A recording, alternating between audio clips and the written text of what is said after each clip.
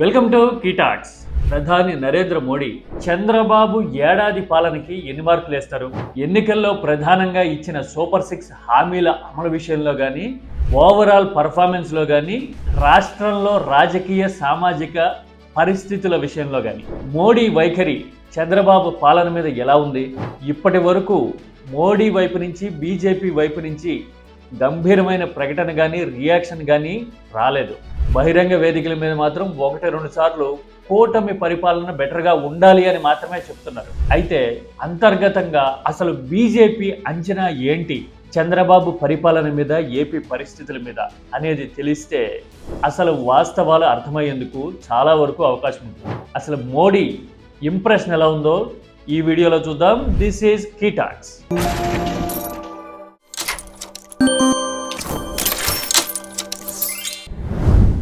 కూటమిలో భాగస్వామిగా ఉన్న బీజేపీ ఏడాది కాలంగా కీలకమైన సందర్భాల్లో మౌనంగానే ఉంటూ వస్తోంది. ఏదైనా ప్రారంభోత్సవాలు ఉన్నప్పుడో, ప్రత్యేకంగా ఆహ్వానించినప్పుడో ప్రధాని మోడీ 1-2 సందర్భాల్లో వచ్చి వెళ్తూ ఉన్నారు, యోగా డే లాగా.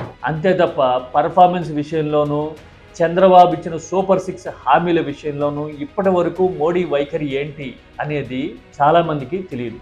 కూటమిలో పెద్ద పార్టీగా ఉన్న టీడీపీ నాయకులు ఢిల్లీ వెళ్ళడము, ప్రధానితో ప్రత్యేకంగా సమావేశం అవ్వడం, లంచ్ డిన్నర్ మీటింగులు చేశాము, ఆల్ ఈజ్ వెల్ అని చెప్పడానికి ప్రయత్నం చేస్తూ ఉండటం అనేది రాజకీయంగా ఒక సంకేతం ఇవ్వడానికి చేసే అటెంప్ట్లో భాగం. అయితే అసలు పర్ఫార్మెన్స్ విషయంలో మోడీ వైఖరి కానీ, బీజేపీ అజంప్షన్ కానీ ఎలా ఉంటుంది అనేందుకు మనకి రీసెంట్ ఎగ్జాంపుల్ ఒకటి కళ్ళ ముందు కనపడుతుంది. ఢిల్లీ అసెంబ్లీ ఎన్నికలు జరిగి దాదాపు 4 నెలలు అవుతోంది. వర్క్ బుక్ పేరుతో ఢిల్లీ కొత్త సీఎం రేఖా గుప్తా ఆల్రెడీ 100 రోజుల్లో ఏం చేశాము అనేది ఇప్పటికే ప్రకటించారు. అది చూస్తే గనక ఏపీలో చాలా మందికి కళ్ళు తిరుగుతాయి. ఎన్నికల్లో ప్రధానంగా ఇచ్చిన హామీలు 3-4 అనుకుంటే ఢిల్లీలో ఆ 4ని తొలి 100 రోజుల్లోనే బీజేపీ ఇంప్లిమెంట్ చేసింది. మహిళలకు ప్రత్యేక ఆర్థిక సాయం నెల చేస్తాము అని బీజేపీ చెప్పింది. మహిళా సమ్మాన్ పేరుతో ఆ పథకం ఇంప్లిమెంటేషన్ జరుగుతూ ఉంది. దానికోసం ఏకంగా 50,000 కోట్లు కేటాయించడం అనేది కళ్ళ ముందు కనపడుతోంది. ఆ తర్వాత మహిళలకి ఉచిత బస్సు సౌకర్యం కల్పిస్తాము అని బీజేపీ చెప్తే తొలి 100 రోజుల్లోనే దేవి బస్సెస్ పేరుతో అది కూడా ఇంప్లిమెంట్ అయిపోతుంది.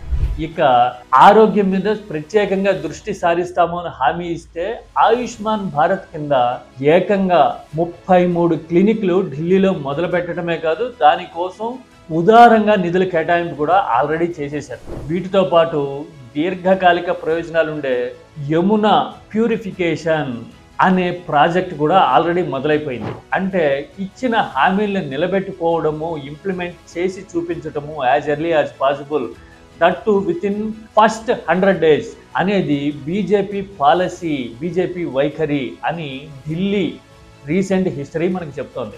ఇలాంటి పరిస్థితుల్లో సూపర్ 6 విషయంలో ఆపసోపాలు పడటము, కేవలం ఒకటంటే ఒక పథకం మాత్రమే, అది కూడా ఏడాది తర్వాత ఇంప్లిమెంటేషన్ మొదలు పెట్టడము అనేది ఏపీలో కనిపిస్తోంది. ఇలాంటి సమయంలో ప్రధాని మోడీ ఏపీలో పర్ఫార్మెన్స్ గురించి మౌనంగా ఉండడము అనేది గంభీరమైన విషయంగానే అర్థం చేసుకోవాల్సి ఉంటుంది. బీజేపీ కీలకమైన విషయాల్లో వ్యూహాత్మకంగా సమయం వచ్చినప్పుడు మాట్లాడదాము అనే ధోరణితో ముందుకెళ్లడం అనేది సంకీర్ణ ప్రభుత్వాలున్న రాష్ట్రాలన్నింటిలోనూ మనకు కనపడుతుంది.